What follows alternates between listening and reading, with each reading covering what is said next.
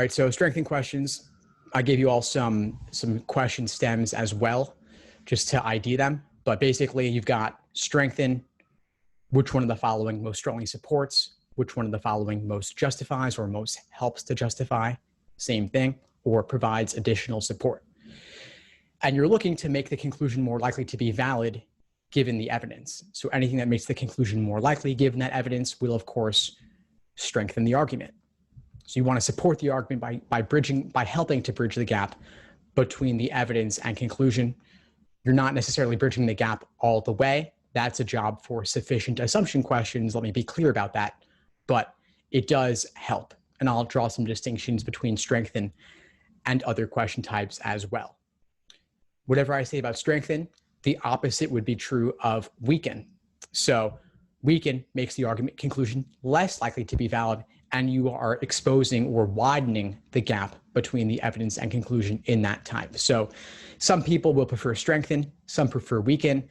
Our focus, of course, tonight is strengthen, but if you like weaken better and you don't like strengthen, just think about doing the opposite. Whenever the opposite of weaken is, would be then strengthening it. Obviously, we'll get into examples as well.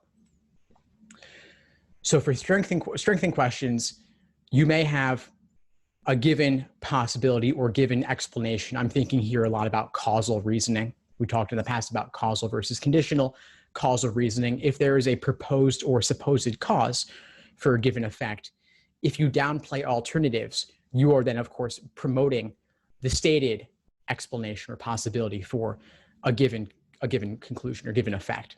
You also may want to promote the evidence's relevance to the conclusion. So, of course, the evidence is given, it's not open to question. But if you say the evidence actually matters relative to the conclusion, that, of course, helps the argument because you're tightening that connection between them. You may also be looking to support the evidence's validity. And I get questions about this sometimes, what I mean by this, because, of course, the evidence is given, how could it not be valid?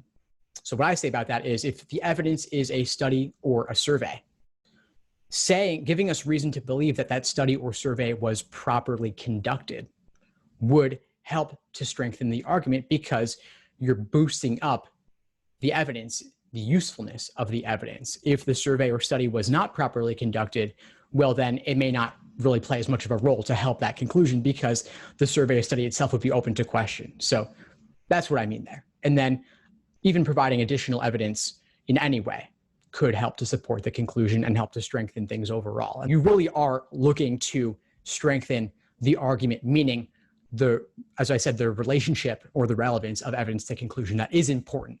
But if you're downplaying alternatives, then you are actually strengthening the argument, even if you don't directly touch upon the evidence. Now, I want you to remember that strengthening questions, just like weakened questions, they're opening the door to new information. Doesn't matter how extreme it is, as long as it gets the job done. So people will say, well, that strengthener or proposed strengthener isn't really that likely. Doesn't matter. They said, if that happened, if that is true, what's the effect? What's the consequence? So when they say that phrase, if true, in the question stem, they're opening that door to new information. So any question type that opens the door to new information, saying if true, take the choice as given and ask yourself, well, simply what is the consequence? That's true of strengthen, that's true of weaken. It's also true of sufficient assumption, by the way. But other question types like inference category do not open the door to new information. Really important distinction there. Inference family questions, you're taking the stimulus as given and simply asking what must be true or what is likely to be true on the basis of the information above. Strengthen, weaken, sufficient assumption, very different. They're saying which one of the choices, if true or if assumed, would then boost up the stimulus. Very different perspectives there. Now, it's important to keep the proper distinctions between different question types. Strengthen versus sufficient assumption are very different things. Strengthening questions are opening the door to new information, just like sufficient assumption questions. But an important distinction is strengthen has to simply help the argument, whereas sufficient assumption will guarantee the argument 100% leaving no ambiguity at all. That's a difference of degree, but also in practice, there's a difference in terms of approach. We've gone over in the past the sufficient assumption formulas, and they involve formal logic. As we saw, you can often diagram them. While you don't necessarily need to diagram them all the time, it can be useful to do so and at least be able to do so. Strengthening questions, though, are informal logic, which in a way is why I like them a lot, because there's that real world engagement, like you were having a conversation with somebody where you're thinking about what are those alternative possibilities, alternative explanations, and knocking them down in favor of the stated one. And again, simply has to help the argument a little bit, doesn't have to do it all the way. Sufficient assumptions, you need to do it all the way, if not more than all the way. Sufficient assumption, doing it more than all the way is totally fine. And you're much more likely to see that in sufficient assumption than you are in strengthen. So even if it helps it a little bit, that's enough. On the flip side, for weakened questions, you don't have to destroy the argument. You simply have to harm or hurt the argument even just a bit. That would be enough. And for strengthening questions, you won't typically see the term assumes or assumed. It's sufficient assumption questions, you will. So it's probably not that difficult to tell the difference between them, but it's also important to think about how the actual approaches differ. One area students often get confused is with strengthened versus most strongly supported questions, because they both can use the word support or supports or supported. But the difference is, again, that perspective. Strengthened questions are asking which one of the following if true. Most strongly supported would say, if all of the above are true, then what else is incredibly likely? So strengthened opens the door to new information. Most strongly supported, we're not bringing in any new info. We're simply asking what's incredibly likely to be the case based on the information in the stimulus. And one distinction worth drawing is extreme versus moderate. Strengthened questions open the door to new information, which could be extreme.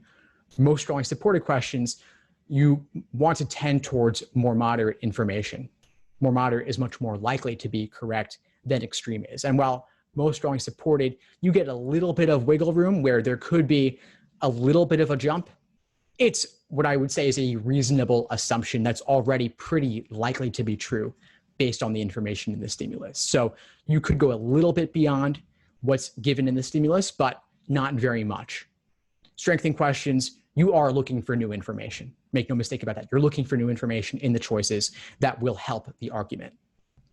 By the way, folks, feel free to jump in with questions at any point. I'm happy to work them in here. And of course, we'll get into specific questions as well. So I've got an example here, and I'll show the flip side of that in a second with strengthen. So if we have an argument saying we should eat at that restaurant, after all, it has 5 stars on Yelp, what might strengthen the argument? So our given evidence is about Yelp ratings, Yelp average, Yelp stars. Promoting the validity of those Yelp ratings, the reviews, saying that they are well vetted, they're reliable, they're useful, that would help. That would help. There are lots of ways you could strengthen the argument. That's simply one of them. Anybody want to share another idea how you might strengthen an argument like that? Feel free to unmute yourself or simply type in the chat. Yeah, cool. So somebody said the highest rating on Yelp is 5 stars. Yeah, that would help. I mean, I kind of took it as given, but yeah, that's an open question, actually. What if you have a rating system with 6 stars or 10 stars? After all, you have 6-star hotels, right? So if 5 stars was actually relatively low and it was out of 10, that wouldn't be that meaningful. You could go above that. So if we said 5 was the highest, well, that matters. Yeah, nice. Well done. So that gives some additional context there. It is all relative after all. Then on the flip side for a moment, if we say weaken, if we said, well, Yelp reviews aren't that reliable, we're attacking the reliability or validity of the evidence. We're not saying the Yelp rating isn't 5 stars, but we're saying that maybe that those 5-star ratings aren't really that useful. So that's good to keep in mind. And then you see it really is kind of the flip side there. There are lots of ways to do it, but those are just a couple of examples. And I guess I want to bring up the point that you could take the same argument and make it into a wide variety of question types. I've talked about strengthen and weaken here, but there's also evaluate the argument. So it would help to know how reliable Yelp ratings are. Not necessarily saying they are or they aren't, but for an evaluate the argument question, you're simply saying on the fence between strengthen and weaken, what sort of information would be useful to help us better determine the validity of this argument, the reliability of this argument. And the question is, well, since the evidence is the 5-star rating, knowing a little bit about how useful that rating is or how reliable that rating is would help us to judge whether we should eat at that restaurant given that kind of evidence. Thanks for tuning into the show. Please subscribe if you haven't done so already to be notified of new episodes as I release them. And feel free to reach out if you need anything at all as you move forward with your prep. I'm happy to help however I can. In the meantime, I'll wish you all the best and take care.